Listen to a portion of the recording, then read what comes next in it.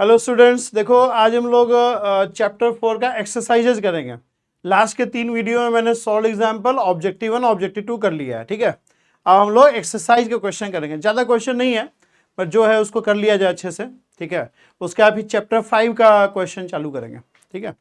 Theory मैंने पढ़ा रखा है पीछे के लेक्चर्स में सारा न्यूटन लॉज का। तो अब क्वेश्चंस कर रहे हैं हम लोग मेनली। तो लेट्स डू क्वेश्चन। देखिए पहला क्वेश्चन क्या है। The gravitational force acting on a particle of 1 gram due to similar particle is equal to 6.67 into 10 to the power minus 17. Calculate the separation between the particles. देखो gravitational force क्या होता है। Gravitational force is Gm1m2 by R square, ठीक है। Gm1m2 by R square. अब G का जो value होता है, G is gravitational constant. G gravitational constant होता है, इसका वैल्यू होता है 6.67 × 10⁻11, ठीक है। मास क्या दे रखा है, 1 ग्राम दे रखा है, तो 1 ग्राम मतलब 10⁻3, ठीक है। m1 m2 दोनों ही 1 ग्राम है। अब डिस्टेंस हमें निकालना है और इसका वैल्यू दे रखा है तुमको क्वेश्चन में ना, ठीक। अब तुम्हें आर स्क्वायर निकालना है, ठीक है। तो आर स्क्वायर क्या हो जाएगा, ये तुम्हारा कट गया और ये क्या आ जाएगा 11 6 17, ठीक है। तो ये भी तुम्हारा कट जाएगा, मतलब r इक्वल टू 1 मीटर हो जाएगा। इसी हमारा किताब भी हम ले लिए हैं, हमको मिल गया है कहीं पे, तो आंसर लिख लिया है मैंने। आंसर ये मैच करते रहते हैं हम लोग। क्या आ गया है,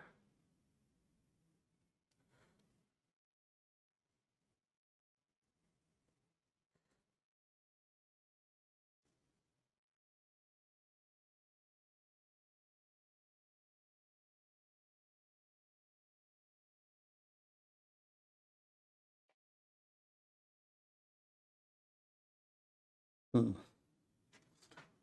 1 मीटर, ठीक है आंसर, ठीक है 1 मीटर। ओके, इसको यहीं रखते हैं। अगला क्वेश्चन करते हैं। Calculate the force with which you attract earth. देखिए ये वेट का डेफिनेशन है।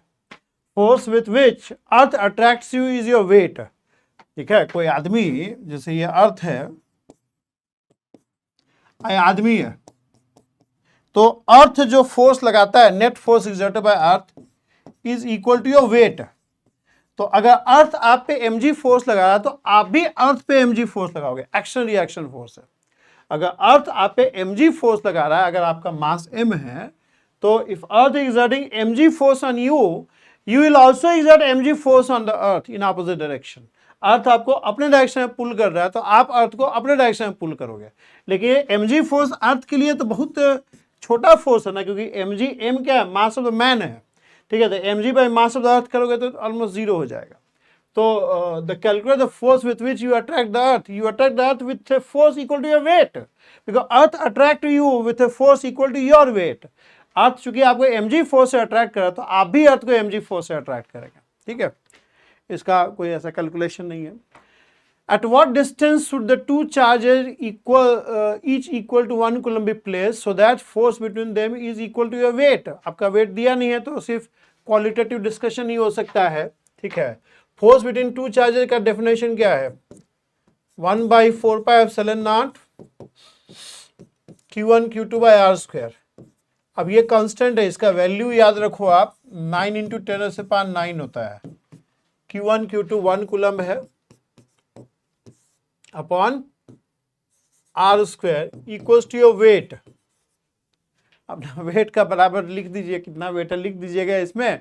जैसे 50 kg है तो 50 × g कर देना और आर निकाल लेना, क्योंकि वेट दे नहीं रखा है तो इसमें फाइनल कैलकुलेशन हो नहीं सकता है, ठीक है। तो ये कूलम्बिक फोर्स हो गया, इक्वल टू योर वेट कर लेंगे तो आर का वैल्यू निकल जाएगा, आर का वैल्यू निकल जाएगा, ठीक है। ये देखो, two spherical bodies each of mass 50 kg are placed at a separation of 20 centimeter, ठीक है। Equal charge are placed on the body and it is found that the force of Coulombic repulsion equals the gravitational attraction in magnitude. What is the magnitude of charge placed on each body. अच्छा ठीक है, मतलब दोनों के बीच का जो Coulombic repulsion है वो ग्रेविटेशनल अट्रैक्शन के बराबर हो रहा है। तो ठीक है, कोई नहीं, कर लेते हैं। ग्रेविटेशनल अट्रैक्शन ये होता है,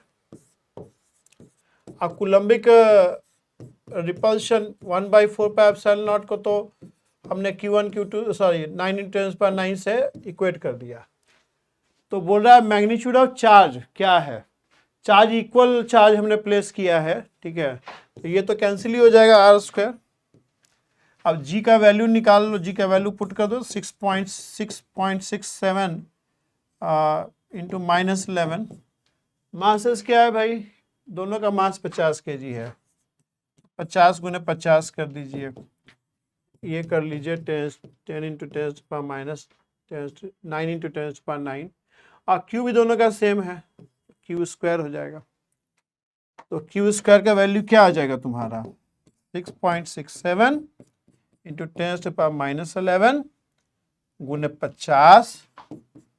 50 अपॉन 9 × 10⁻9। ठीक है। अब ये क्या आ जाएगा वैल्यू तुम्हारा 6.67 गुने 25/9 गुने 11×9 क्या हो गया 20 10⁻⁻20 10⁻−18 हो गया, है ना। यानी Q विल बी व्हाट, इसका स्क्वायर रूट हो जाएगा, तो क्या हो गया 5/3 गुने 10⁻⁻9 और रूट 6.67। ये निकाल वैल्यू, कैलकुलेटर लेके आए हैं, ठीक है, कैलकुलेटर नहीं था मेरे पास। तो अंडर रूट 6.67 ठीक इंटू 5/3 तो आ रहा 4.3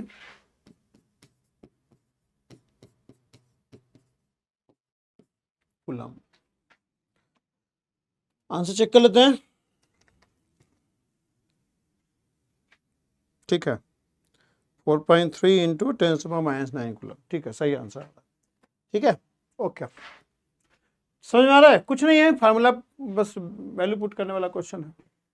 ठीक है, ये देखो क्या बोल रहा है, monkey sitting on the free limb on a tree limb, free limb नहीं ट्री लिम्ब, पेड़ का टहनी पे बैठा हुआ है, मंकी जो है ना पेड़ का टहनी पे बैठा हुआ है। The limb exert a normal force of 48 Newton and friction force of 20 Newton. देखिए फ्रिक्शन फोर्स जो होता है वो μn के बराबर होता है, और फ्रिक्शन फोर्स होता है इंटरफेस के पैरेलल होता है। जैसे मान लो मंकी, मान लो ये ट्री है, ये ट्री है, और इसमें मान लो कि मंकी बैठा हुआ है, ठीक है, तो जब जहाँ बैठा रहेगा ना तो उनका जो कांटेक्ट सरफेस है, जो कांटेक्ट सरफेस है, फ्रिक्शन फोर्स कांटेक्ट सरफेस के पैरेलल लगेगा, और नॉर्मल रिएक्शन जो कांटेक्ट सरफेस के परपेंडिकुलर लगेगा। नॉर्मल रिएक्शन कांटेक्ट सरफेस जो उनके बीच का जो बाउंड्री है उस बाउंड्री के पैरेलल रहेगा फ्रिक्शन फोर्स, और जो नॉर्मल रिएक्शन है वो उस बाउंड्री जो दोनों का जो इंटरफेस है, बंदर का और जो टहनी का बीच का जो सरफेस है, इंटरफेस बाउंड्री जो सरफेस है, कांटेक्ट सरफेस है, उस कांटेक्ट सरफेस के पैरेलल रहेगा फ्रिक्शन फोर्स। ये आगे तुम पढ़ोगे फ्रिक्शन फोर्स, और नॉर्मल रिएक्शन उसके परपेंडिकुलर रहेगा। तो ये दोनों ही फोर्स जो है पेड़ का टहनी लगा रहा है बंदर के ऊपर, ये दोनों ही फोर्स पेड़ का टहनी बंदर के ऊपर लगा रहा है। तो नेट फोर्स अगर बात करोगे ना, चूंकि ये परपेंडिकुलर है, तो net force on the monkey by the limb, मतलब लिम्ब टहनी, जो पेड़ का टहनी नेट फोर्स लगा रहा है, दैट इज इक्वल टू, चूंकि आपका ये परपेंडिकुलर है ना, तो रिजल्टेंट फोर्स ये हो जाएगा, यानी ये हो जाएगा तुम्हारा 20² प्लस 48 का होल स्क्वायर। अब ये कैलकुलेट कर लो भाई, अंडर रूट ब्रैकेट में 20² प्लस 48², 52 आ रहा है, ये नेट फोर्स होगा। ये कुछ इधर डायरेक्शन में 52 न्यूटन। ठीक है, एन यहाँ पे न्यूटन है, यहाँ पे एन नॉर्मल रिएक्शन है, यहाँ पे एन न्यूटन है। ठीक है, न्यूटन यूनिट होता है फोर्स का। ठीक है, आंसर सही है। न्यूटन जो है ना फोर्स का यूनिट होता है, समझे, फोर्स का यूनिट न्यूटन है। बड़ा बड़ा देखो लोग है, न्यूटन और जूल, है ना, तो ये सब के उसको रेस्पेक्ट देने के लिए, उनका कंट्रीब्यूशन को फिजिक्स में रिकॉग्नाइज करने के लिए उनके नाम पे हमें यूनिट लिख दिए, बना दिए हैं हम लोग। आप भी फीस पढ़ते पढ़ते बहुत बड़ा आदमी बन जाओगे तो आपके नाम पे भी कुछ तारा या कंस्टलेशन या कोई प्लेनेट का नाम हो जाएगा। ठीक है, तो अच्छे से मेहनत कीजिए ताकि आपके नाम पे भी कोई चांद तारा का नाम हो। ठीक है, ये देखो क्या है, a body builder exert a force of 150 Newton against bull worker. Bull worker हमको लगता है कंप्रेशन, ऐसे ऐसे जो हाथ ऐसे खींचता होगा वो होता होगा, पता नहीं, हम जिम बहुत पहले किया तो अंग्रेजी में नाम नहीं पता बुल वर्कर क्या होता है। कुछ खींचने वाला मटेरियल होता होगा या कंप्रेस करने वाला होता होगा, उसको कंप्रेस करने वाला कोई डिवाइस होता होगा, उसको कंप्रेस कर रहा है। तो 150 न्यूटन लगा के कंप्रेस कर रहा 20 centimetre. Calculate the spring constant. अरे ये सब ना आगे पढ़ोगे, समझे, ज़्यादा टेंशन लेने की जरूरत नहीं है। स्प्रिंग फोर्स का वैल्यू देखिए क्या होता है। स्प्रिंग फोर्स होता है के एक्स, ऐसे तो माइनस के एक्स होता है। ठीक है, मतलब जिस डायरेक्शन में एक्सटेंशन होगा ना उसके ऑपोजिट डायरेक्शन में लगेगा, बट मैग्नीट्यूड वाइज तुम ऐसे लिख सकते हो। ठीक है, ये स्प्रिंग फोर्स होता है। तो फोर्स कितना लगा रहे हो, 150 न्यूटन। के तुमको निकालना है, और एक्सटेंशन जो है हमेशा याद रखो ऐसा यूनिट फॉलो करो।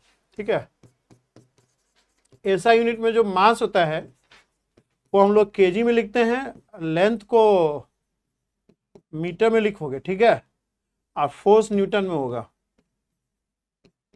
न्यूटन में, और टाइम जो होगा ना सेकेंड में होगा, ध्यान रखो। सब ऐसा यूनिट है। ठीक है, सीजीएस यूनिट में मास जो है ग्राम में हो जाता है, फोर्स डाइन में हो जाता है, और टाइम तो सेकंड में ही रहता है, और लेंथ जो है सेंटीमीटर में होता है। सीजीएस यूनिट बोलते हैं, सेंटीमीटर ग्राम सेकंड। ऐसा यूनिट ही है, ऐसा यूनिट ही बाई डिफॉल्ट वो लोग फॉलो करते हैं। तो के हो गया, और ये कितना हो गया जी, 20 सेंटीमीटर, मतलब 0.2 मीटर।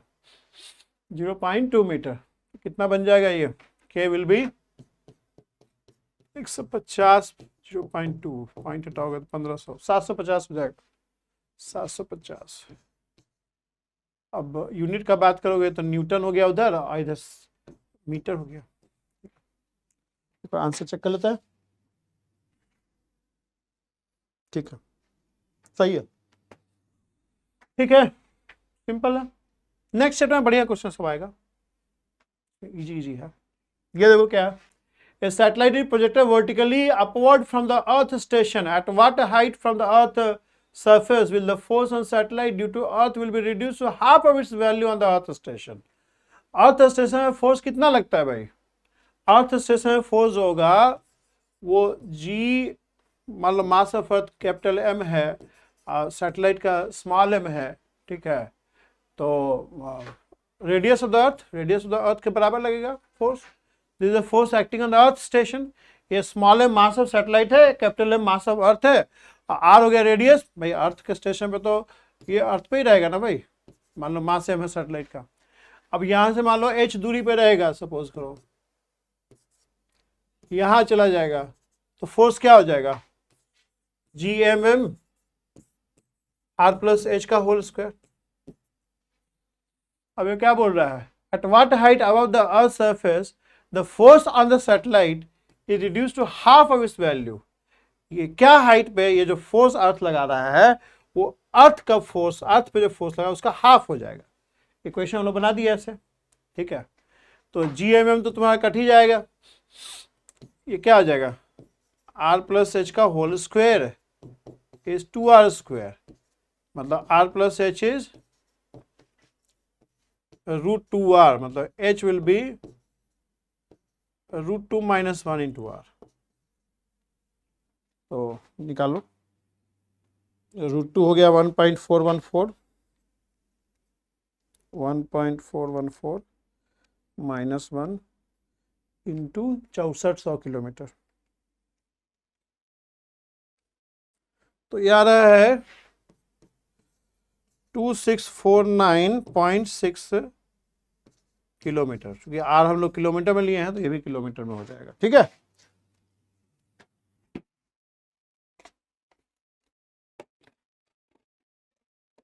छाता लगा के रखा है ना स्टूडियो वाला लोग।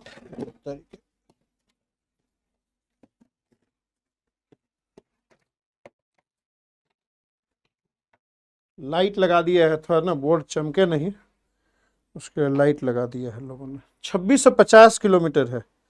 हाँ ठीक है, इसी को राउंड फिगर में कर दिया है, 2650 किलोमीटर। ठीक है, बढ़िया, आगे चलें। Two charged particles placed at separation of 20 centimeter exert 20 Newton of Coulomb force on each other। ठीक है, बढ़िया है। What will be the force if separation increase to 25 centimeter? अच्छा, देखो ऐसा है ना कि फोर्स जो होता है वो 9 इंटू 10⁹, उसको के लिखता है लोग, हम तो के नहीं लिखते हैं। खैर चलो, हम के नहीं लिखेंगे, हम लिखेंगे इसको 1/4πε0 Q1 Q2 by R square. तुम क्या कर रहे हो, तुम आर 20 सेंटीमीटर है, 20 को 25 बना रहे हो ना। आर जो है 20 सेंटीमीटर है तो उसको 25 बना रहे हो ना, कितना टाइम्स बड़ा कर रहे हो तुम, 1.25 टाइम्स कर रहे हो ना। आर को आप इंक्रीज करके 1.25 आर कर दे रहे हो, तो आर अगर 20 है तो 1.25 इंटू 20 25 हो जाएगा। 1.25 इंटू 20 क्या हो जाएगा, 2.5 हो जाएगा, 25 हो जाएगा।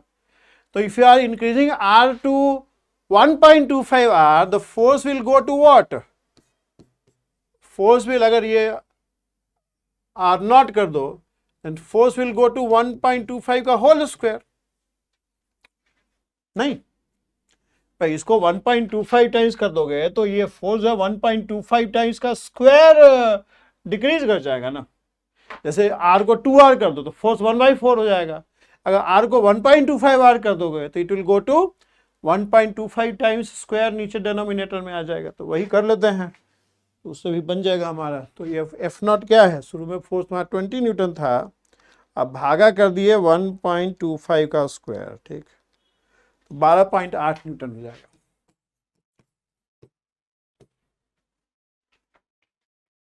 समझ में आ रहा होगा जी, क्या ज़्यादा कोई मैथमेटिक्स तो नहीं लगा दिए हम। ठीक है, 12.13 न्यूटन लिखा है, हाँ राउंड फिगर में कर दिया है, बड़ा राउंड फिगर किया हुआ है भाई सब आंसर को।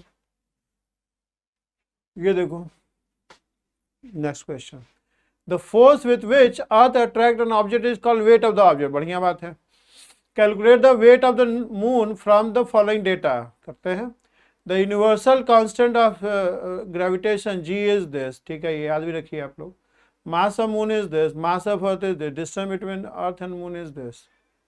हाँ ठीक है, distance between earth and moon, तो आई होप कि सेंटर टू सेंटर डिस्टेंस ही होगा। ठीक है, जब दो बड़ा बड़ा ऑब्जेक्ट का बात करते हैं तो distance is always centre to centre distance. तो वेट क्या हो जाएगा जी, वेट हो जाएगा the gravitational force which earth exert on moon. So gravitational force which earth exert on moon is mass of earth, mass of moon by distance का square. तो ये दे रखा है, तो वैल्यू कैल पुट करना है और कर देना है इसको, और क्या।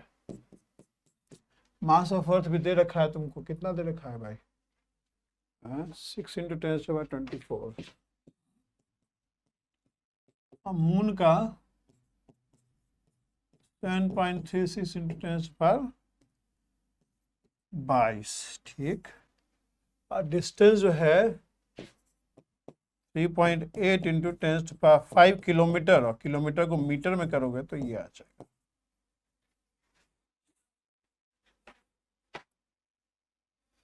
6.67 इंटू 6 इंटू 7.36 इंटू 3.8 का स्क्वायर। और जरा सब पावर को एक साथ कर लें, -11 और 22, 11 हो गया, 24 11 35 हो गया, 35, और नीचे क्या हो गया जी, 5 दूनी 5 3 8, 8 दूनी 16, तो 35 में से 16 घटा दो, 16 दूनी 32 और 3 19। ठीक, और इसको निकालते हैं कितना रहा। ठीक है ना, 11 22 माइनस हो जाएगा, 11 बन जाएगा, 24 11 35 हो जाएगा, और नीचे 16 है, 35 में से 16 जाएगा तो 19 रहेगा। बाकी ये कैलकुलेट कर लेते हैं, 6.67 गुने 6 गुने 7.36 बटा 3.8 का होल स्क्वायर। ठीक है, ये बन रहा है तुम्हारा 2.0398, मतलब 10⁻, अच्छा 20 था तो हम इसको 19 कर दिए हैं, तो ये हो जाएगा। ठीक है जी, मैच करें आंसर।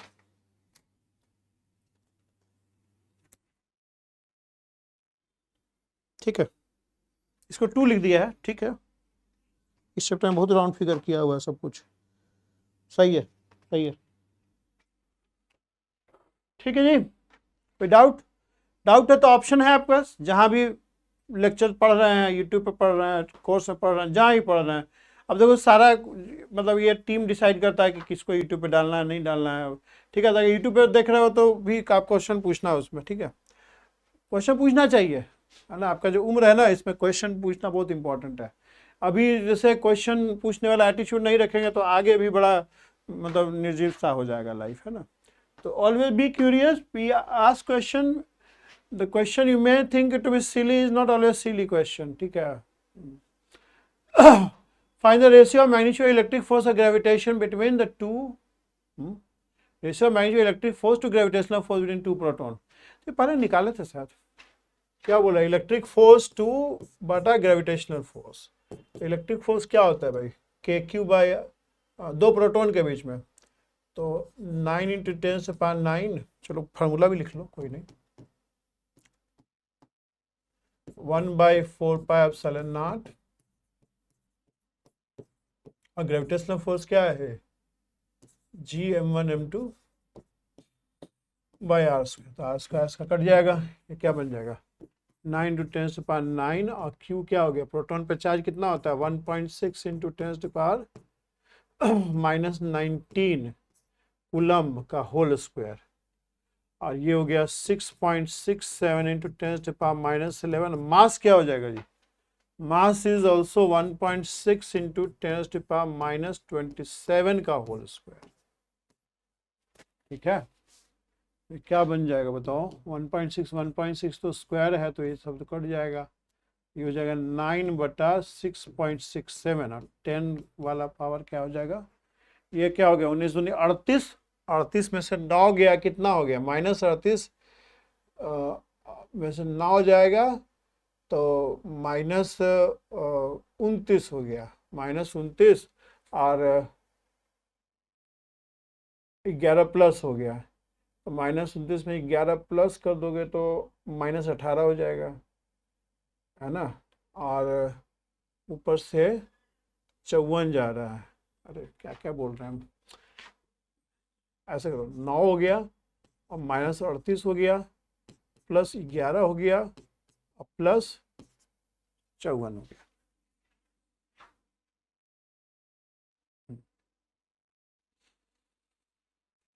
54 11 65 और 9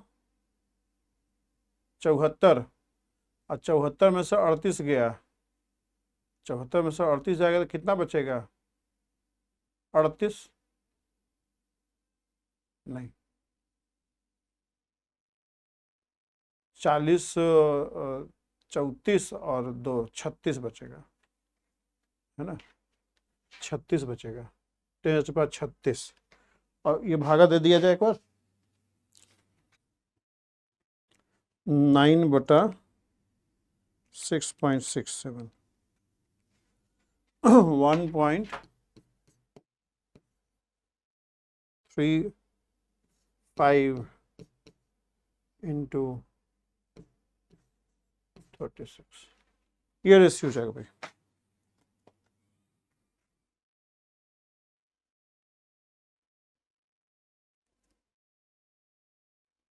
गलत हो गया, कैसे गलत हो गया, 10⁻36 तो सही है मेरा, 10⁻36 तो सही है, ये ठीक है, बट ये यहाँ पे 1.24 लिखा हुआ है,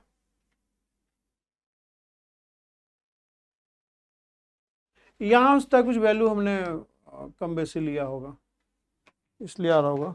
प्रोटॉन का मास एक बार चेक कर लो, 1.6 ही ऐसे होता है, 678 ऐसे कुछ होता होगा फिर। ठीक है, एक बार प्रोटॉन का मास देख लेना भाई, ठीक है, क्योंकि बाकी चीज़ तो सही है मेरा। प्रोटॉन का मास मेरे ख्याल से ना थोड़ा सा 1.6 हमने बहुत ज़्यादा अप्रॉक्सीमेट ले लिया है यहाँ पे एक्चुअली। 1.67 ऐसे कुछ होता होगा, 1.67 करके देखें एक बार, मतलब 1.67 होगा मेरे ख्याल से ना।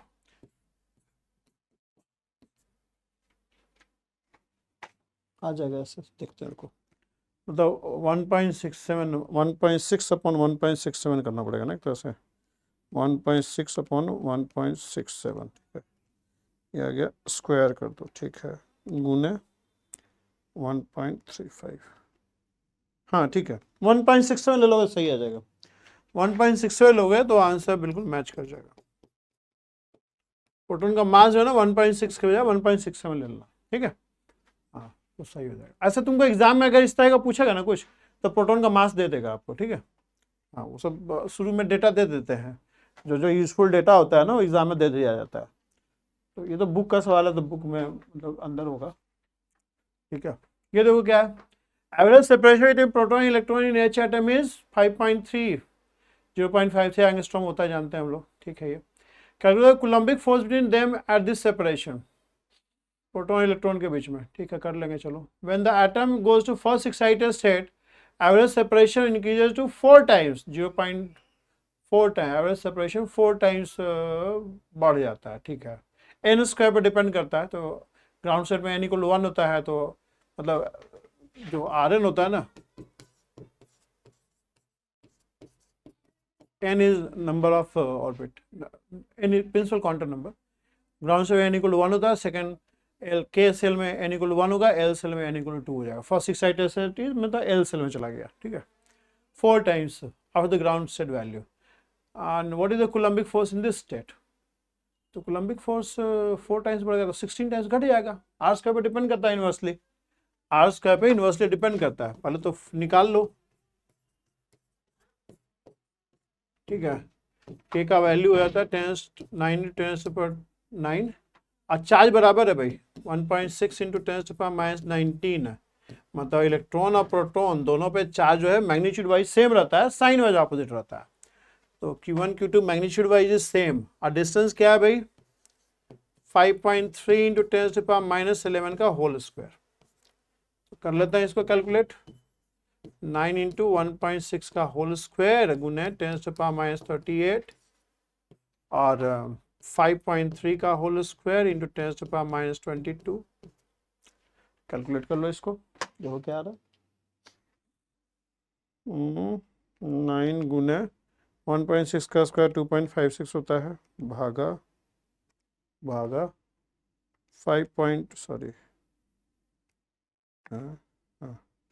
5.3 का होल स्क्वायर, अच्छा ठीक, ये आ गया 0.82 और ये कितना आ जाएगा -16, मतलब कि एक तरह से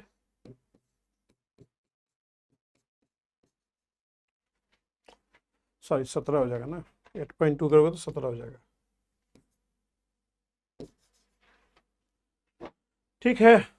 और सेकेंड में लेके जाओगे तो ये रेडियस जो है आपका 4 टाइम्स बढ़ जाता है, मतलब स्क्वायर करो तो 16 टाइम्स हो जाएगा, मतलब आर स्क्वायर बिल्कुल 16 टाइम्स प्रीवियस आर स्क्वायर, तो फोर्स जो है ना 16 टाइम्स घट जाएगा, फोर्स जो है, पहले ये वाला आंसर चेक कर लेगा, 8.2 इंटू 10⁻, हाँ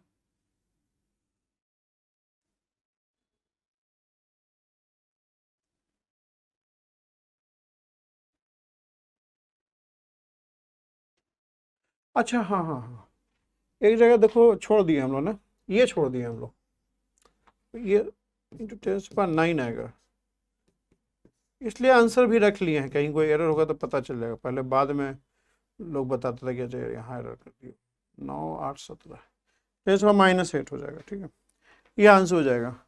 और नेक्स्ट वाला जो है ना 16 टाइम्स घट जाएगा, मतलब 8.2 इंटू 10⁻8, मतलब आर को 4R कर दोगे तो फोर्स जो है 16 टाइम्स घट जाएगा, तो इसको 16 टाइम्स घटा के देखते हैं कितना आ रहा है,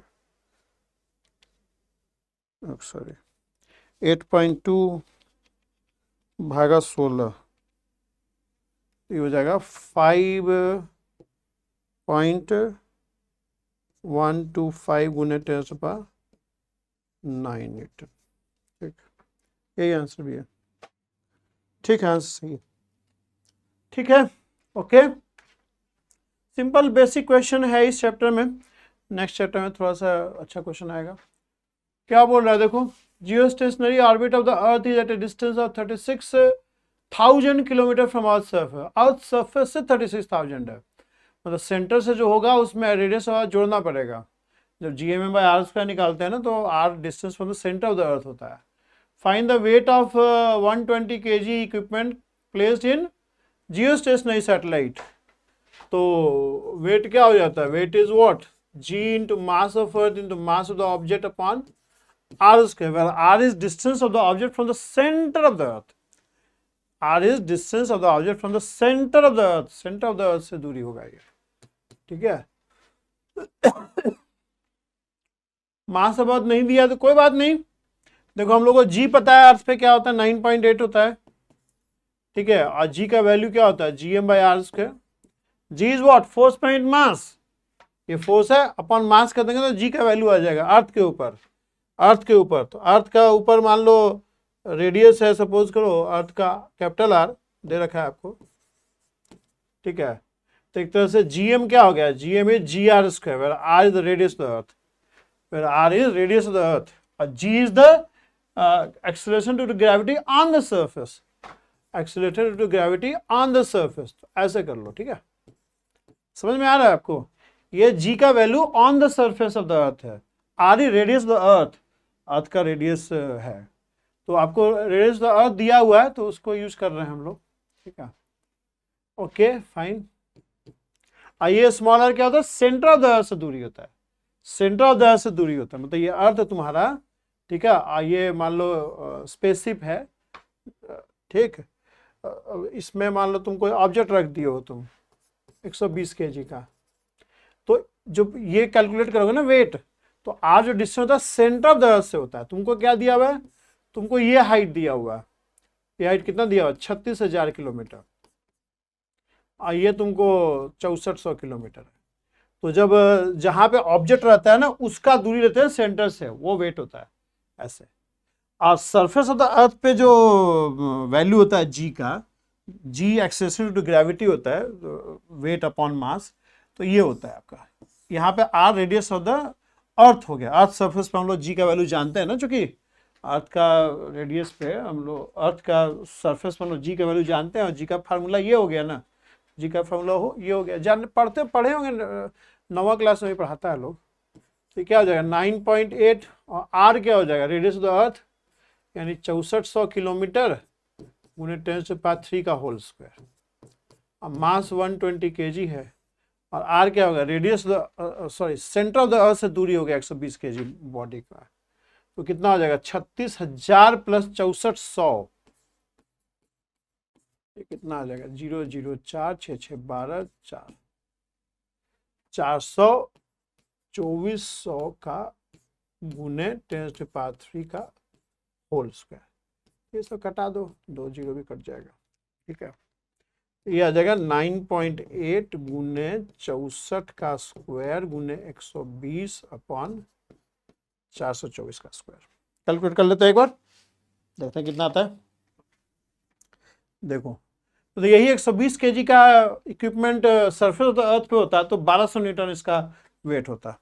तो ऊपर देखो कितना होता है जियो स्टेशनरी सैटेलाइट में, हल्का हो जाएगा बिल्कुल, 9.8 गुने 64 का होल स्क्वायर गुने 120 भागा 424 का होल स्क्वायर, 26.79 न्यूटन।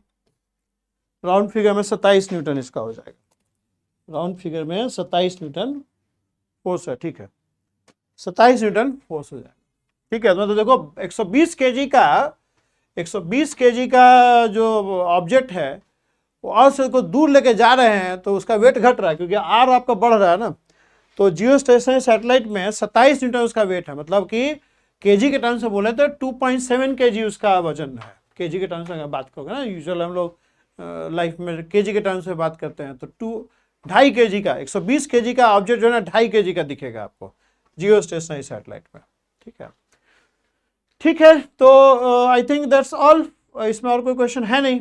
ठीक है, तो नेक्स्ट क्लास में हम लोग न्यूटन लॉज ऑफ मोशन, उसमें थोड़ा सा फ्री बॉडी डायग्राम ऐसे, ये इंट्रोडक्टरी चैप्टर था एससी वर्मा में, तो ठीक है, बढ़िया। तो ये कर लिया हम लोगों ने। अब नेक्स्ट क्लास में हम लोग फिर न्यूटन लॉज ऑफ मोशन का शुरू कर देंगे। ठीक है, so I will finish over here. Thank you very much and have a good day.